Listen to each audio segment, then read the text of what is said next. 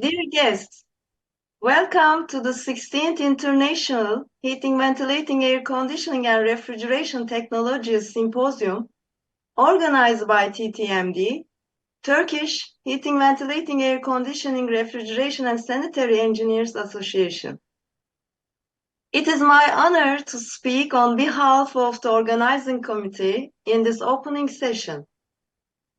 COP28, which was held in December 2023 in United Arab Emirates, encourages the countries to accelerate ambitious economy-wide emission reduction targets in their nationally determined contributions. This is evidently an inevitable and urgent target to obey and to reach for the human race. This should be a sustained commitment and must be taken seriously by all the governments worldwide under the declaration made by the COP28 HVAC sector, and therefore our international symposium has the responsibility to contribute to reaching the ultimate goal of making our planet more sustainable in the near future. This is the reason why we have the main theme as embodied energy and carbon emissions in HVAC system design. Since, on the other hand, we need to keep our previous objections in mind and continue to study on them. We come up with the main topics of the symposium. These are embodied energy and carbon emission in buildings and HVAC systems, zero-emission buildings, life cycle assessments in zero-emission building design, regulation and standards, energy-efficient retrofitting in buildings, modeling, simulations and integrated design, renewable energy approaches, novel HVAC system design approaches, fundamental approaches. The next 3 days will take us to a new stage about all we are searching for, our main theme and main topics. We have distinguished invited speakers and presenters who will have the leading roles for the symposium. Thanks to the invited speakers for accepting our invitation. Thanks to the invited speakers and to the presenters for their contribution. We will learn very much from you all. I want to express the special thanks to committee members of this symposium. We were 13 members who have worked for this occasion for the last 13 months. With almost 30 meetings, I'm so lucky to be a member of such a special team in this symposium. We will continue our program with the opening remarks. Now I would like to invite TTMD President Mrs. Nermin Köroglu Isın to the screen. Yes, President, the screen is yours. Thank you, Tuba, very much. Distinguished guests, esteemed colleagues and friends, it's with great pride and honor that I welcome you to the 16th International Symposium organized by TTMD. This event, which has become a cornerstone for our community, continues to grow in significance for years. And it's again a privilege to see such a diverse gathering of experts from all around the world. This year's theme, embodied energy and carbon emissions in HVAC system design, reflects the urgent challenges we face in our industry today.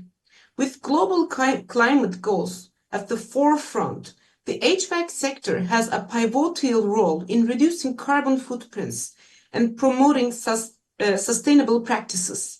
As we approach international milestones such as COP29, it is imperative that we come together to share innovative solutions and best practices that will help us achieve a sustainable future.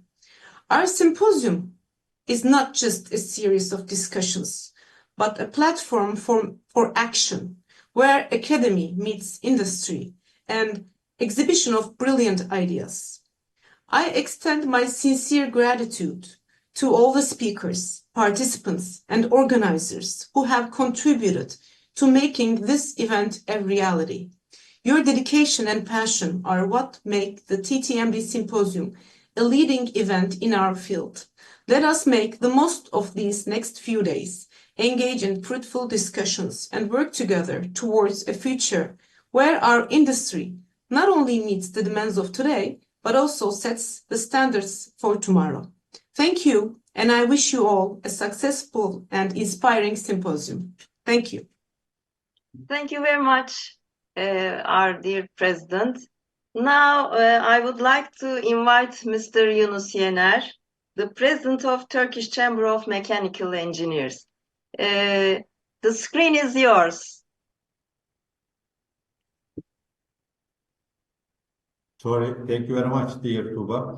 Dear ladies and gentlemen, dear colleagues, I greet you with respect and friendship on behalf of the Board of Directors of TTMD, the Chamber of Mechanical Engineers. I would like to start my words by congratulating our sister organization, the Turkish Society of HVAC and Sanitary Engineers, TTMD, for organizing this successful symposium for 16 times.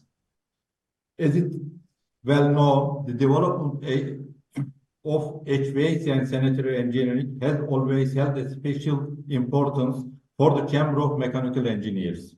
On behalf of our chamber, we recognize TTMD as a vital part of our organization. TTMD operates in HVAC and sanitary engineering, one of the key areas of expertise for mechanical engineers, and we take great pride in its successful contribution to the field. The activities of our chamber and TTMD complement each other. It is satisfactory and meaningful working with together in this field. The protection and development of HVAC and sanitary engineering and its sector has got a special importance to our colleagues, our chamber and TTMD. Therefore, as it's well known, we carry out many collective projects. One of them is in the COVID-19 pandemic. I would like to emphasize the significance of the technical committee, which we Committee of HVAC&R, ITK, which we established together with TTMD and other relevant sectoral associations. In those periods, it has been seen how vital the importance of our recommendation of ITK. We are pleased to have expanded many of our collaboration with TTMD and other sectoral associations, including other relevant sectoral associations. Dear ladies and gentlemen, carbon emissions is an important aspect of mechanical and also HVAC and sanitary engineering, industry and developed environmental policies. In this context, 118 countries have signed tripling the use of clean energy for the target of 2030. However, Turkey has not signed yet. Moreover, to 2035 National Energy Program of Turkey's target still foresees energy production based on fossil fuels. This indicates that Turkey's dependence on foreign energy sources and environmental destruction will continue. Globally, as seen at the COP28 summit, there is no credible energy transition or effort to solve climatic problems. There is no serious proposal for solutions to climate change, pandemics, or global healthcare problems. These are topics as known that require the mobilization of global resources. However, it is very important that to bring these topics, including the subject of embedded energy, which is not well known in our country, to the agenda and develop professional measures considering our professional fields and the future of the world. For this reason, again, I congratulate TTMD. However, we must remember that these issues are too important not to be left solely to us engineers. The whole society, especially the engineers and architects involved in the construction field, should make a collective effort on this topic. Our activities are based entirely on social and public benefit and service. However, we know that public interest, public service, and supervision are being liquidated. Engineering in our country is being discredited and devalued. Celebrating its 70th anniversary this year, the Union of Chamber of Turkish Engineers and Architects, UKTA, has closely witnessed the century-long history of the Republic. The Republic, which is one of the most important achievements of human history, is not only a form of government, but also the guarantee of the will of the people, an equal, lawful, independent, secular, developing, and peaceful country. As engineers, architects, and city planners who have studied with the means of our country, we, like all our colleagues for a century, have taken care of the benefits of our country and our people in every step we have taken, in every decision we have taken. By producing answers to all kinds of superstition and reactionary ideas with science and technique, we have protected all the progressive values of the Republic. As we have done for 70 years, we will continue to struggle with all the forces of our country in favor of equality, freedom, labor, democracy, peace, independence, development, and equitable distribution.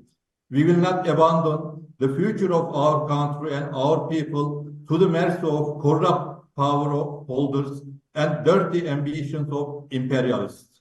At this point, I conclude my speech by pointing out that we must reinforce our side with science, secularism, democracy, and the rule of law for public interest, public service, public control, planned development in line with social needs, equitable distribution, and future of the engineering.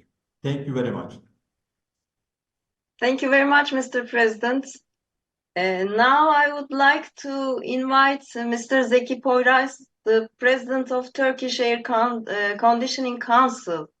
But unfortunately, due to a flight, he's in the plane. He cannot attend, but he is sending our best wishes for us, for TTMD, and wishing a very successful symposium. Thank you very much, Mr. Zeki Poyraz. Now, this is the end of the opening remarks. The program will continue with the opening session. We will listen to a very nice opening speech. Please stay connected to our symposium, and I will ask Mr. Murat, Dr. Murat Çakan to join us. He is our symposium session's main chair. Mr. Murat Çakan, the screen is yours. Thank you very much, Mrs. Altıok. Dear guests, as the program chair, I welcome you to the 16th International Symposium of HVAC&R, which is organized by TTMD. I'm quite sure that the event will serve as a platform for knowledge dissemination and for fruitful discussions on the field of HVAC. We have many distinguished speakers in this symposium. However, to start with, in a couple of minutes, in a couple of seconds, rather, we will hear from one of these distinguished speakers, Professor Francis Allard. Let me introduce him a bit, although he is very well known internationally and in Turkey from our past experiences, past symposiums. Francis Allard is Emeritus Professor at La Rochelle University in France and Chairman of TIP, Technology Innovation Platform for Environmental Efficiency, and board member of French Association of HVAC Engineers. Francis Allard has been the president of REHVA, the European Federation of HVAC Engineer Associations, from 2008 to 2011. And in 2015, he received the REHVA Gold Medal for his professional contributions. His speech is titled as From Energy Efficiency to Carbon Neutrality, the new EPBD framework for building regulations in Europe. The floor is yours, Professor Allard.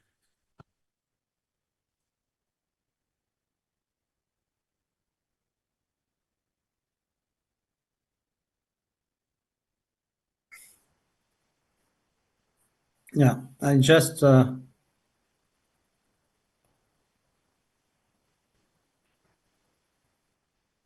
yes, yeah.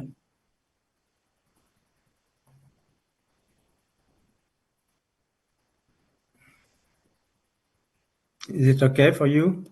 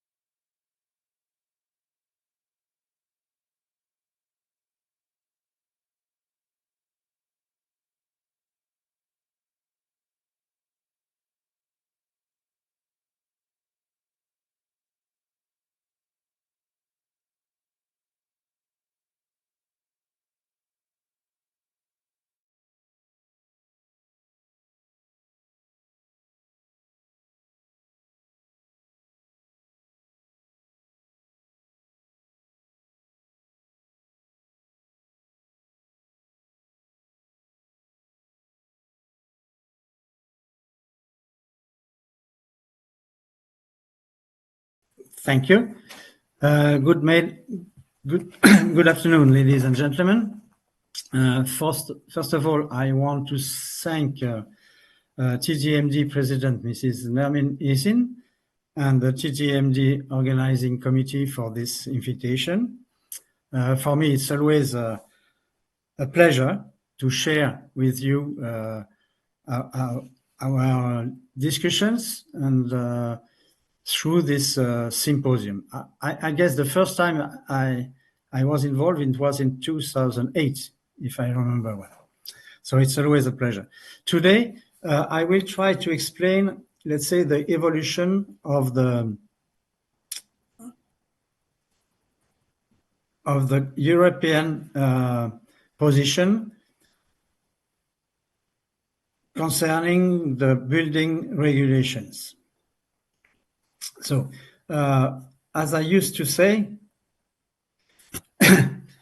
Europe has been built on energy consideration. And the father of Europe, Robert Schuman or Mr. Monet, when they tried to, let's say, consolidate Europe, the target was the energy supply to Europe. And the first treaty we had in 52 and 57 were focusing only on the energy production in Europe, concerning the Coal and Steel Treaty and the Euratom Treaty. It's only after that they start to discuss on the European open market and so on.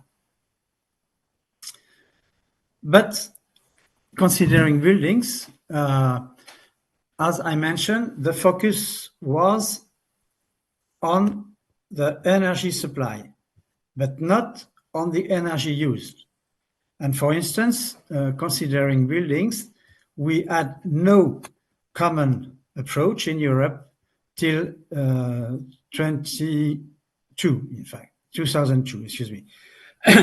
With my colleague, my Swiss colleague, Claude Roulet, we were in charge of an evaluation of the European policy concerning buildings in 2001. And I have to say it was a real mess. We had no common approach, no common evaluation of the energy performance of a building. The targets were different from one country to another. And even some countries didn't, at this time, had no regulation at all. So the starting point of the European, let's say, policy about building was in 2002. I thought at the time the European politicians were not really aware of the importance of the building sector. Concerning the energy use, more than 40% of the energy used in Europe was devoted to buildings. Considering the greenhouse gas emission or equivalent CO2, because we used to say CO2, but it's not CO2, it's equivalent CO2, it was about more than 1/3 of the emissions. Furthermore, the building sector has a really high cost-effective energy savings potential to build more efficient building, more isolated with more efficient systems, leads to a huge economy, in fact, and it's an important element for developing a real political approach. Considering the economical impact of buildings in Europe, it represents, roughly speaking, from one year to another, about 9% of the GDP. It represents in Europe 18 million of employees and 2 trillion annual turnover in Europe. So that's why it was absolutely necessary to organize the real European policy concerning the buildings. And that was done in 2002 with the first energy performance of buildings. At this time, it was a really strong effort, which was demanded to the member states. First of all, we had to agree on a common approach, a common methodology in order to evaluate the energy performance of buildings. So we decided to work with primary energy, and the criteria was the kilowatt hours of primary energy per square meter and per year. This was a kind of revolution for many countries because they had different approaches. For instance, in France, we were not dealing with areas, but on the volumetric approach, for instance. And the second element, so a huge mandate has been given at this time to the SEN, to in order to develop standards, European standards, in order to define and to define and to to give definitions, if you want, excuse me, and to all the elements necessary to approach the energy performance of building, to give a methodological approach, and to define many criteria for comfort, for instance, and so on. And this was integrated more or less in this new EPBD. Furthermore, at this time, we decided also to have an evaluation of existing building. This was the energy performance certificates, which are today mandatory if you want to sell or even to rent a building. And this was a very huge step in fact in the in the business of buildings. Before this, you were able to sell a building, for instance, or to buy a building without any information on the performance of the building or how it was built, etc. So this was a very important element. Even if it can be improved, it has been improved. The second element to build this policy, in my opinion, is the European Climate Change Initiative in 2008. Maybe you remember this because it was a 2020 directive. It was the directive about the use and development of renewable energy in Europe. And the target was to have 20% more efficiency in the energy use, 20% of renewable energy in the energy share in Europe, and also a reduction of 20% of the emission of greenhouse gases in Europe. Then, in 2010, a new change in the approach of the building sector, in fact. It's EPBD recast, 2010.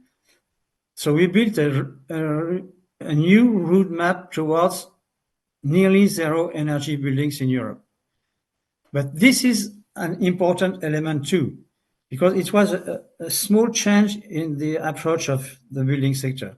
We consider at this time that the buildings were not only consumers of energy, but they can be also energy producers. And the nearly zero energy buildings was built on this assumption that the energy used by a building can be compensated by the energy produced by the building itself or around it. And it's a very different approach, in fact. It's an important step too. In 2018, the new recast of this Energy Performance of Building Directive is focusing much more on renovation. The important element, the key element in the building regulation in Europe is not, let's say, the threshold or the criteria we may use for new buildings. They are absolutely necessary, but they are not efficient if we consider that, roughly speaking, we build about 1% of the stock every year. The main topic which will drive the policies for the next years is how we are able to rehabilitate the building stocks. How can we refurbish these buildings in order to give them the same quality, if you want, as the new building. And this is the main goal. And that was the main goal of this EPBD recast in 2018. The second element is the introduction of the building automation systems with criteria of let's say, smartness for building.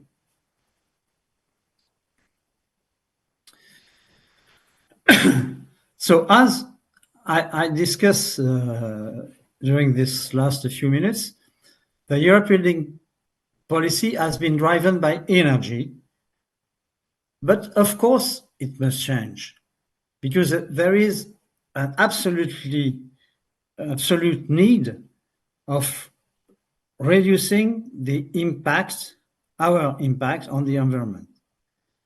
This is given, for instance, by IPCC reports, and the global warming limited to 1.5 Celsius, which is not absolutely sure, of course,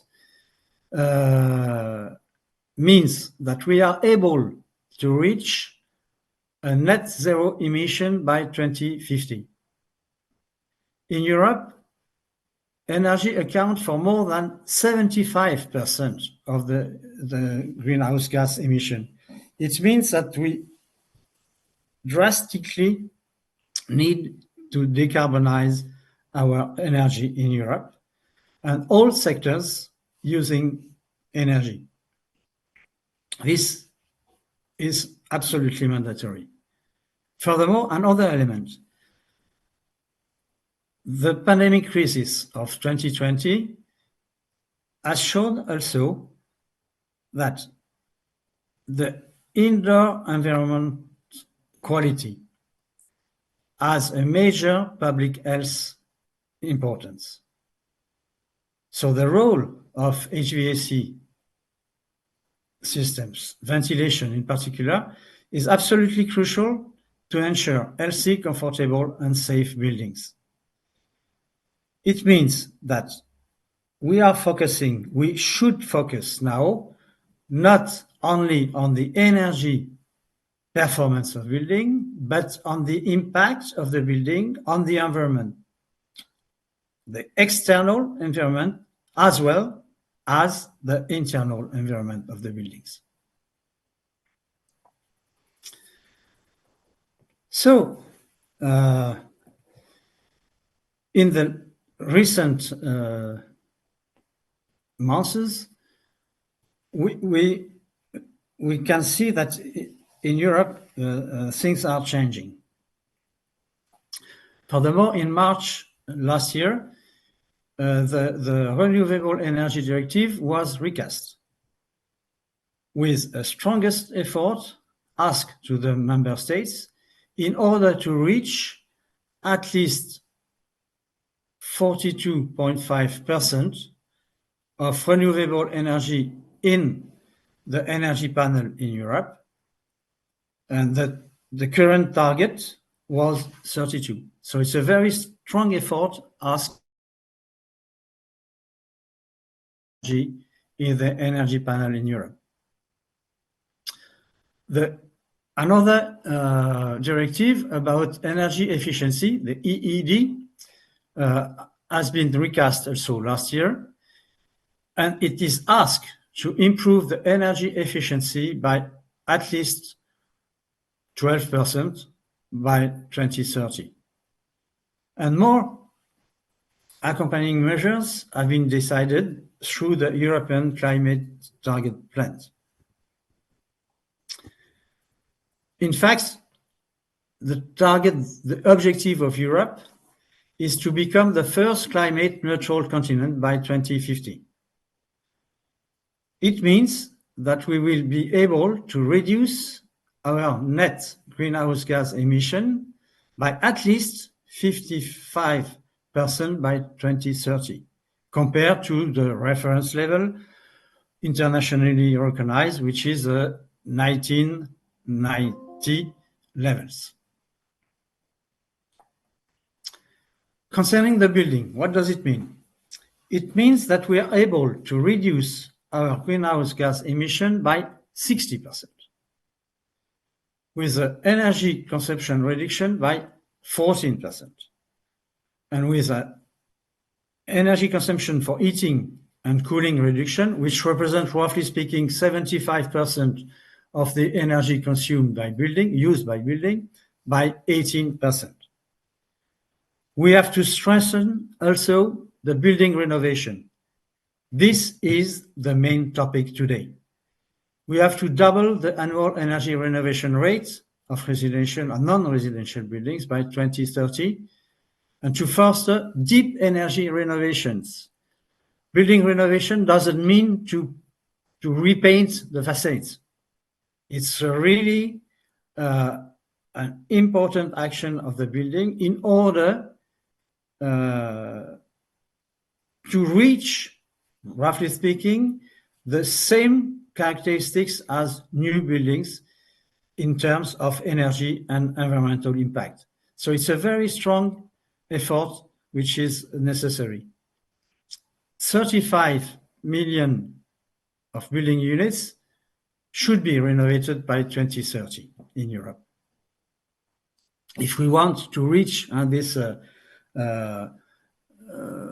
CO2 neutral continent by 2050.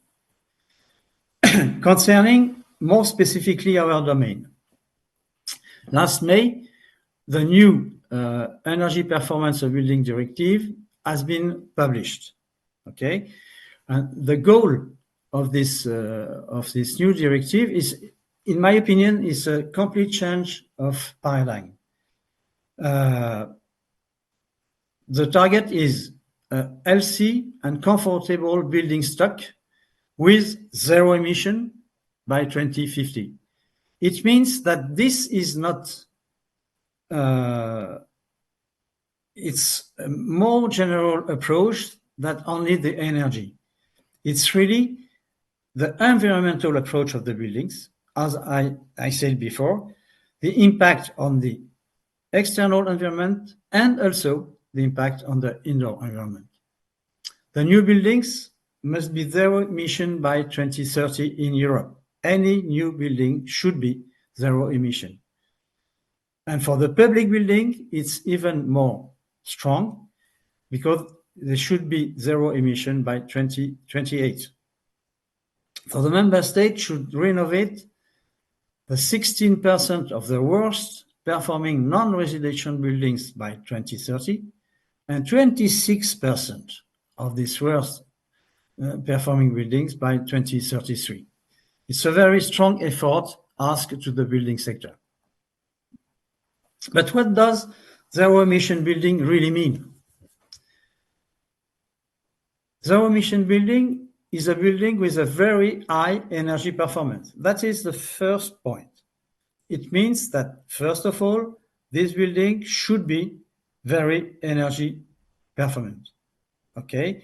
The target will be to have in the member states less than the actual regulation as a minimum.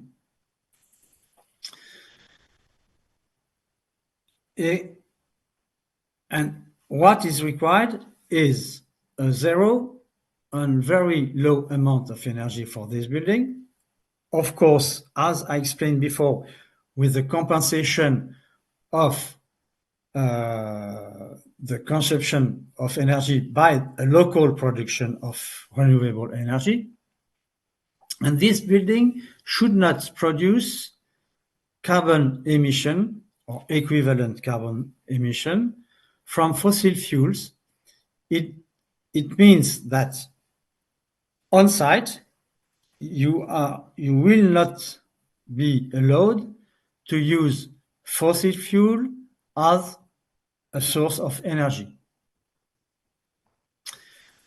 And this building during its operation should not emit or a very low mass of equivalent carbon.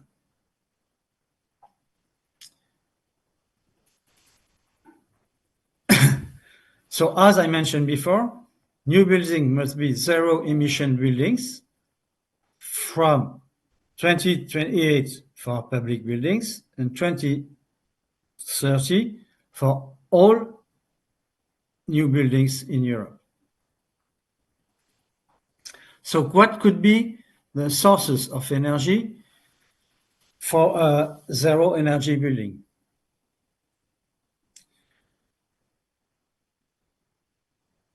Its energy consumption should be covered from renewable sources generated on site, for instance, with a biofuel burner, for instance, or something like that, or solar energy, on site or nearby. Or it can be also energy from renewable sources provided from a renewable energy community.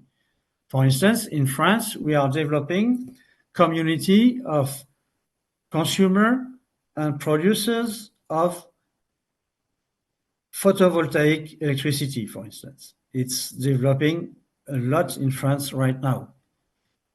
It could be also energy from an efficient district heating and cooling system using a large amount of renewable sources, for instance, biomass, or waste, or any energy from carbon-free sources.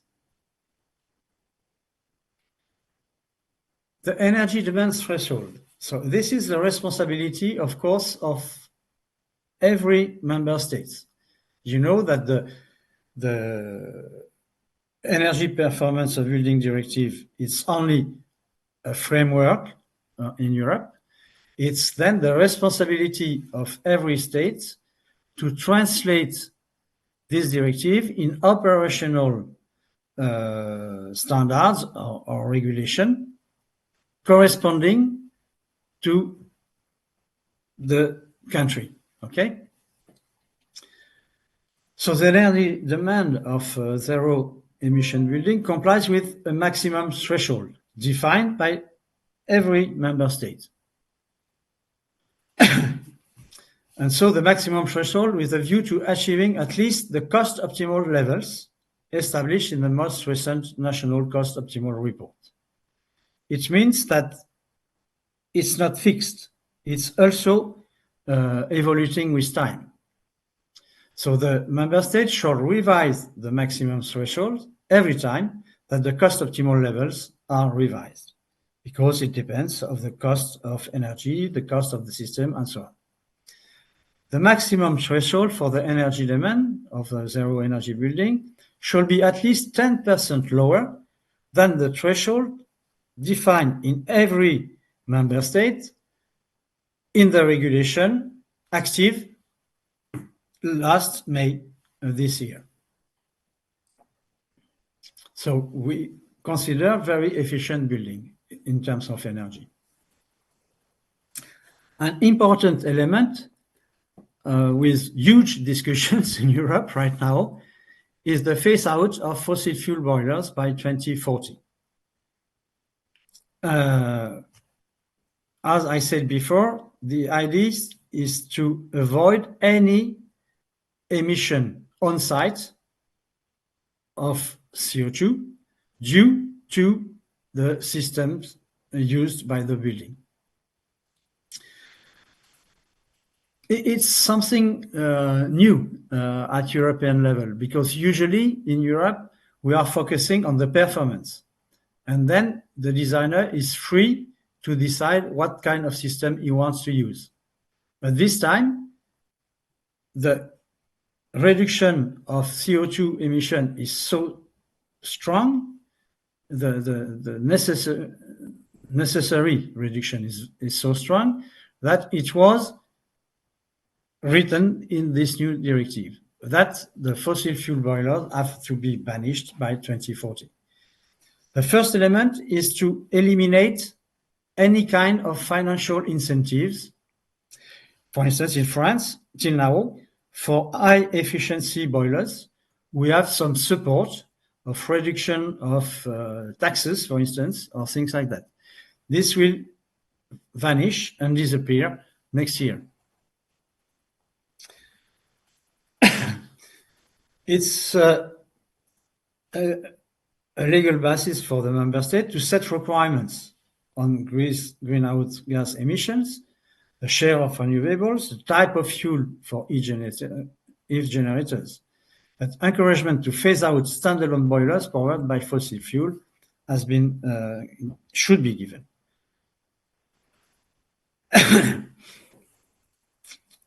So it's through the national plans, mainly for the building renovation plans of every country, that this has to be defined. So as I said before, this is logic with the definition of zero emission building. It means that we should not have any production or emission of equivalent CO2 on site. Another element is the inspection of heating systems, which has to be included in the inspection. You should have elements of a basic assessment of the feasibility to reduce on-site use of fossil fuels. And this is really more specifically for building renovation. So how can we achieve it? It's always the same. We can achieve it at a grid level, as I said before, replacing the fossil fuel burnt by renewable fuels such as biofuel, bioliquids, biomass fuels, and renewable fuels of non-biological origin. And it could be also at appliance level, replacing partly or completely boilers by alternative heating solution, not directly using fossil fuels, such as heat pumps, for instance, but not only. It could be a biomass burner, it could be solar thermal, or district heating based on renewable and waste, as I discussed before. Or, of course, you can combine these two possibilities. Some provisions on inspection. The regular inspection of heating, ventilation, or air conditioning systems are becoming mandatory. Every 5 years for system with a power more than 70 kilowatts, and every 3 years for bigger systems. And it's possible to separate inspection schemes for residential and non-residential system, because the approach could be, of course, different.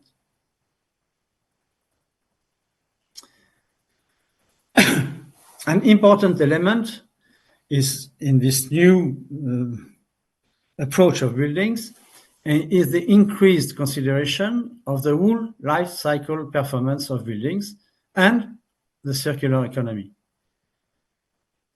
As I said before, a building is responsible for greenhouse gas emission before, because it's all the material you will use for the building construction, the land used, and so on, as well as the equipments and the systems you will use.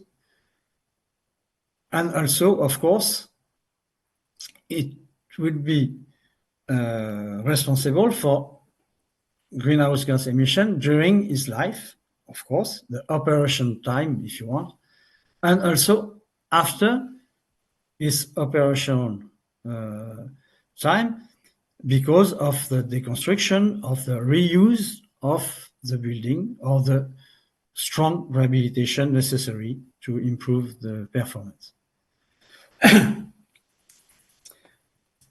So that's why we have to consider the whole life cycle emission of a building. So we are starting, of course, with CO2, but the idea is to have a global approach of the environmental impact of the building during its whole life. But that means that you have to make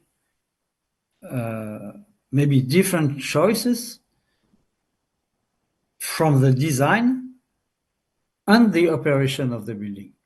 And it's really a new way to approach the performance. That is the roadmap for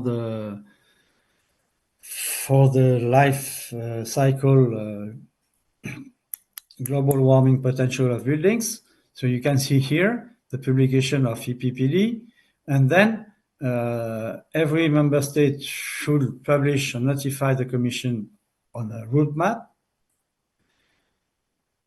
And then we have to take it into account from January 2028 for building over 1,000 square meter useful floor area, and then for all new buildings for January 2030. So it's a very important element because it's a very different approach of the design of building itself and the selection of materials and equipment. One point, we are in REVA discussing this point right now in order to ask for a common methodology in Europe for calculating the energy performance of buildings. Until now, even if we agree in 2002 on the way to evaluate the performance of buildings, we have more than 30 calculation methods in Europe, providing different results, and they are, of course, of different quality. There is no compatibility from one to another. For instance, between the German regulation and the French one, the calculation method is different, and it's very difficult to compare results. A building which could be a nearly zero energy building in one country in Europe with one method of calculation could be worse in another. So we have to establish a really European common calculation methodology and definition.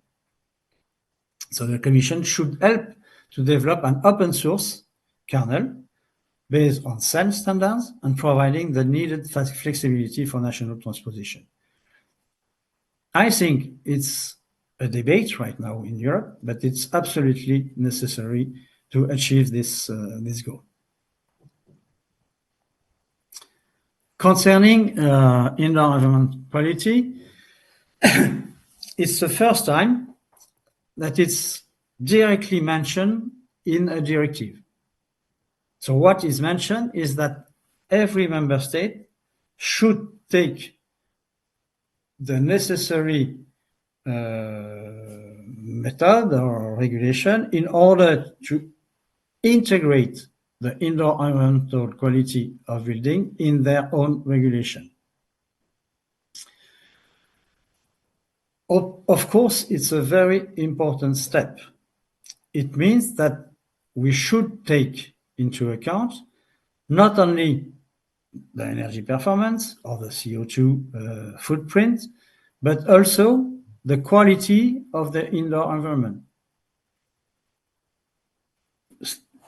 It means the global comfort, so thermal, acoustic, lighting, and also the indoor air quality.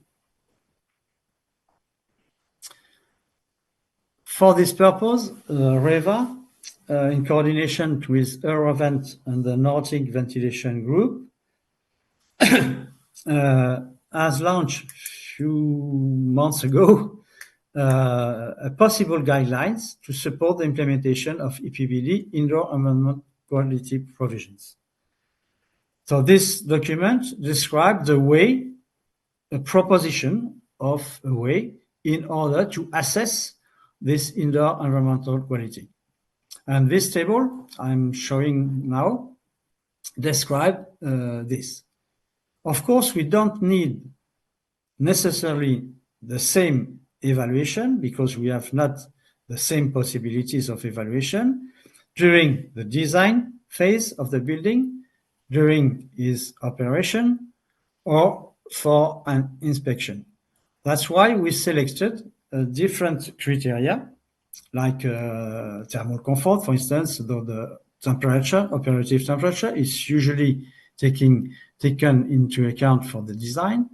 The air velocity could be, the air temperature for sure, and for instance, the carbon dioxide due to the use of the building itself, the ventilation rate, the lighting has to be studied from the design, acoustics also. But then for the inspection, it's not necessary to get the same elements. For instance, for the contaminants, you can select few contaminants which are representative of, let's say, big families. It's the way to understand it correctly. So it means that we have the possibility of introducing in our national regulation criteria for a good indoor environment quality using the SEN standards and the criteria I am showing now.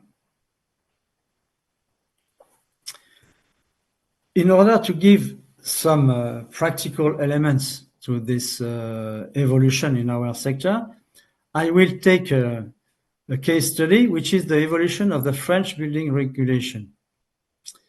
In few words, I want not to be too long. I will show you that, as usual, in all countries in Europe and in all the world, the whole world, the building regulation in France has been energy driven, of course. However, in the last years, we started with a voluntary label based on CO2 emission, and it was tested, and then it was introduced in the new regulation, which is no more thermal building regulation, but it's an environmental building regulation. In few words, I will give you this. This is the evolution of most of European countries, in fact, in terms of energy consumption, primary energy consumption in buildings. So you can see that from 74, we reduced by 90%, roughly speaking, the threshold in the regulation. It doesn't mean that all the buildings are, of course, so efficient, but this is for new buildings only. So in 2016, after a big discussion with associations in France, it was decided to launch a new label of quality of the buildings. So we had, of course, a building regulation, but this was only a voluntary-based label. It's called E plus C minus. What does it mean? It means more energy reduction, E plus, and less carbon emission, C minus. We define 4 classes for energy. So E1, E2 are 5 to 10% less than the actual regulation in France at this time, and the regulation was in average in 50 kilowatt hours of primary energy by square meter and by year. E3 is less than 40. And we introduced also, because it was the nearly zero energy building, more than 20 kilowatt hours, more than 1/2 of energy produced by renewable energy. So the building is, as I said before, consumer and producer. And E4 is a positive energy building. For carbon footprint, we selected 2 classes. The first one is C1, less than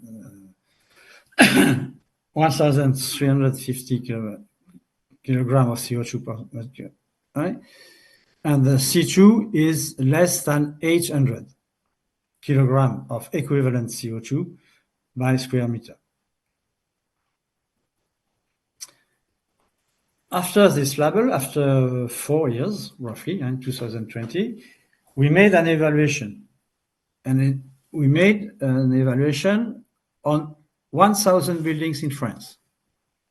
And what we can learn here is that for energy, for instance, most of the building built during this period are E2 or E3.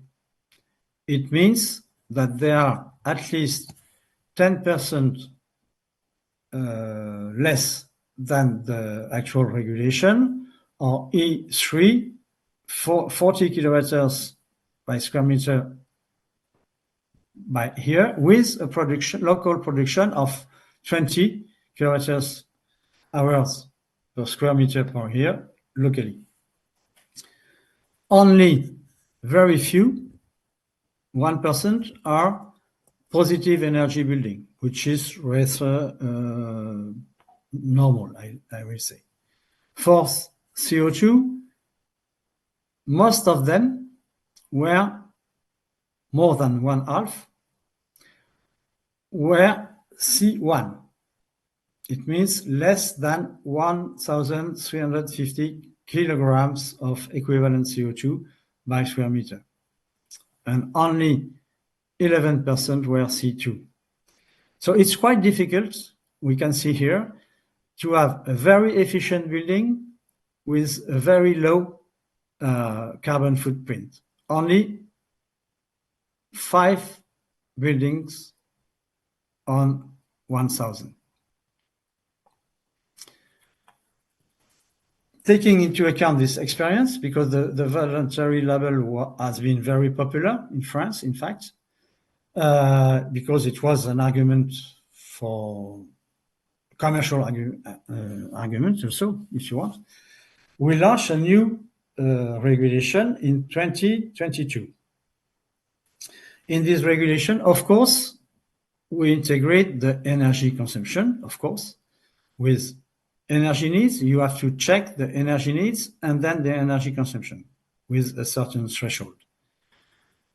On the other part, you have to evaluate the carbon impact or the emission of greenhouse gas by the building itself, with two parts. One part is due to the energy, the kind of energy you will use for this building. So this is the part of carbon emission due to the energy use of the building, if you want. And the second part, which is called IC construction, is the sum up of all the embodied carbon in the materials, in the equipment, in the construction of the building, and so on. And we have also the criteria of summer comfort, and to be checked is this new regulation. Concerning the carbon footprint, we are not focusing on a fixed threshold. The threshold should change when we are progressing in this process of reduction. That's why, for instance, in 2022, for office, the target was 980 kilowatts of equivalent CO2 per square meter.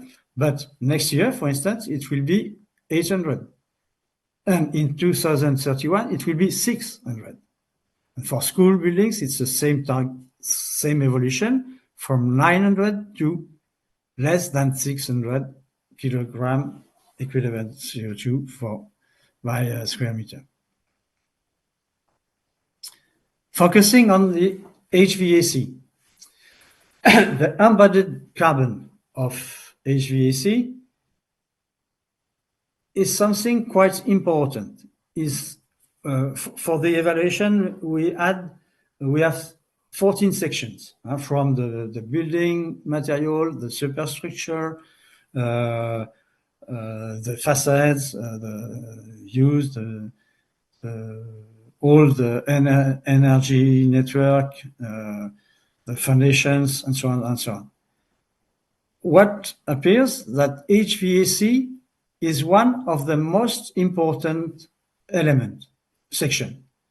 Usually it's in the, let's say, the three more important section when you evaluate the embodied carbon for a new building. Some example just to give more clear impression about that. It was a small project made by Isover, in fact, and with different design offices in Paris.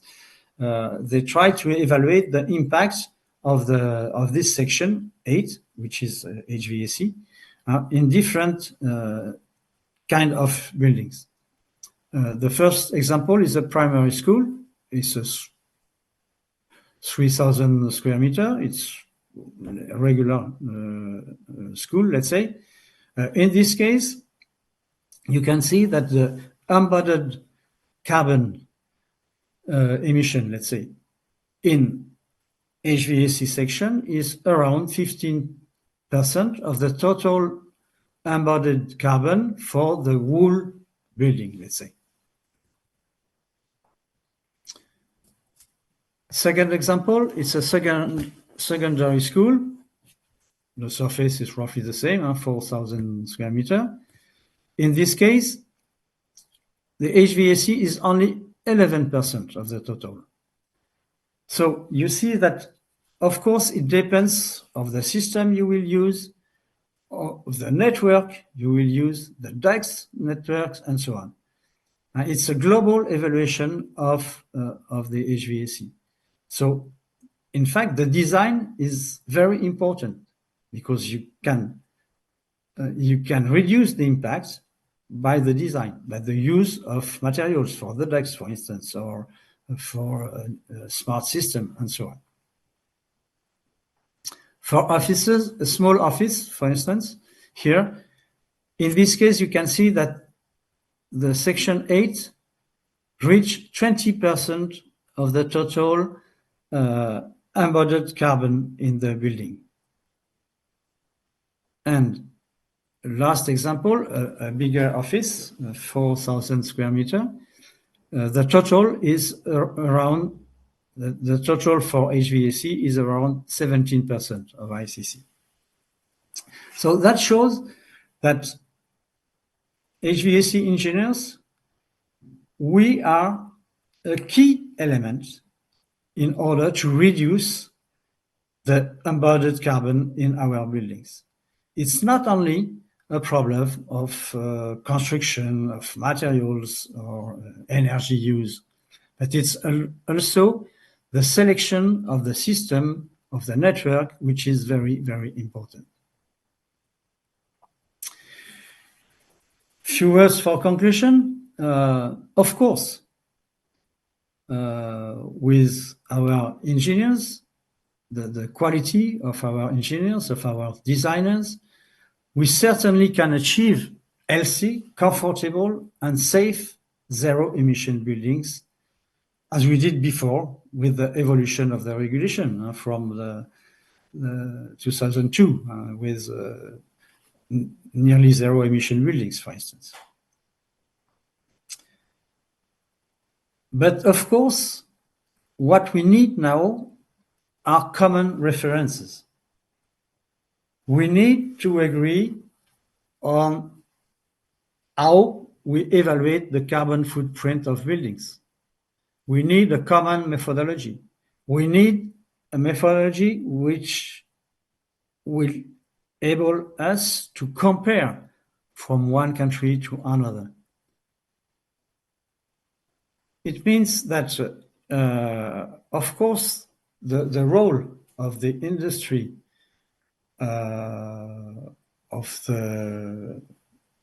is absolutely important, because the basis of any evaluation is the knowledge of the materials, of the equipments, of the systems we use.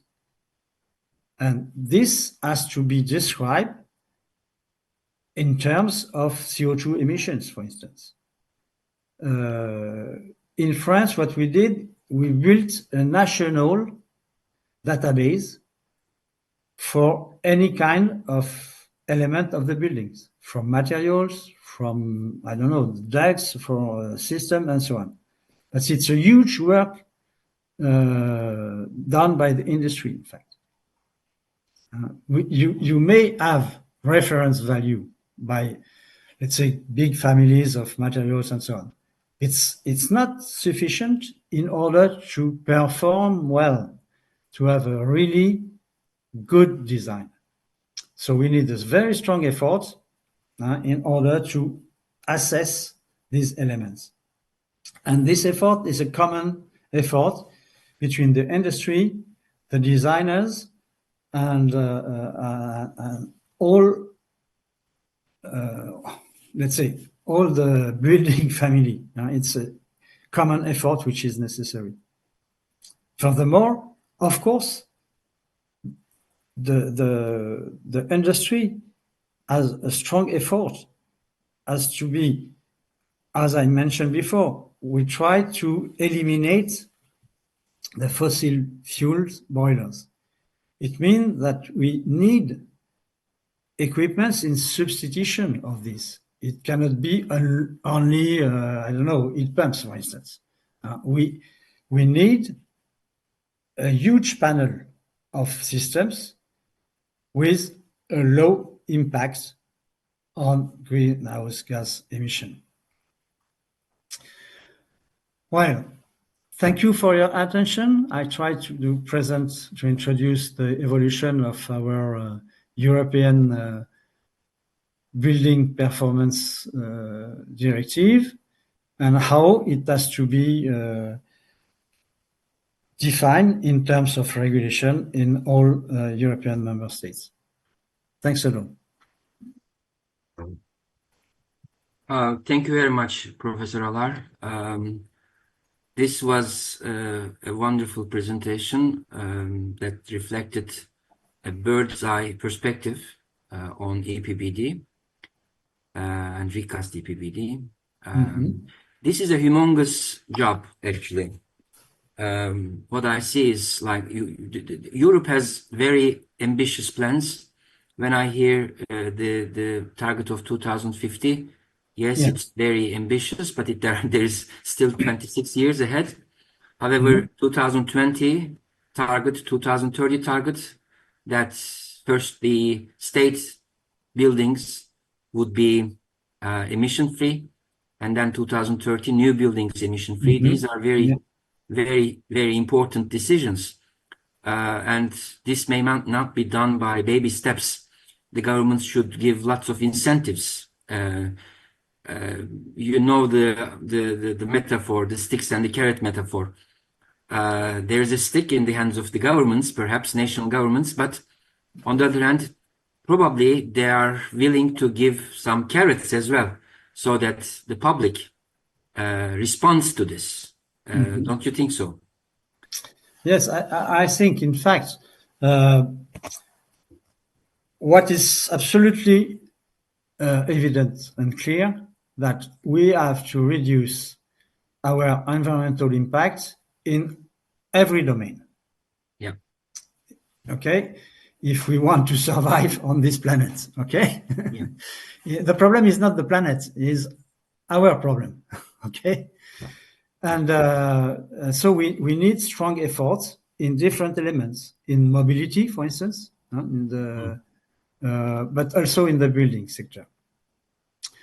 Maybe in the building sector, with the quality of our designers, of our architects, and also the quality of the industry, which is offering new systems, new solutions, we can, roughly speaking, quickly reduce the environmental impact of new buildings. As I mentioned in the short presentation of our experience in France, the voluntary label has been very popular. It was not expected at all. Okay. And then the new regulation is reinforcing this, and we can see a real evolution. But it's an evolution also in the best practices, if you want, of our engineers. It means that from the very early design of the building, you have to consider what are the possible choice for materials, for the structure, for the insulation, for, I don't know, the ducts, for any kind of elements. So imposing this evaluation means that you have to ask the question, at least. And then you may select the best possible solution in your case. Okay. Of course, it's, as I said, it's a change of paradigm for the building sector, because what we are looking, and in my opinion, it's the real evaluation of a building, is it's the evaluation of the environmental impact of the building on the external environment. It's CO2 evaluation, but also on the indoor environment. And we never built building to save energy. We built building in order to have healthy, comfortable, and safe conditions inside. Okay, and this condition, they should be also safe for the outdoor environment. That's why. So Now, this is a huge paradigm change. Yes. yes, I think so, really. And maybe it's the more difficult, and that's why our goal as association is to organize a little bit this debate. I have seen, for instance, what we did in France. Our association was in charge of the documentation of the label first, and then of the new regulation. We made a lot of meetings explaining how it works, the first result we had, and so on. And now, I think in France, everybody is absolutely conscious of what they have to do.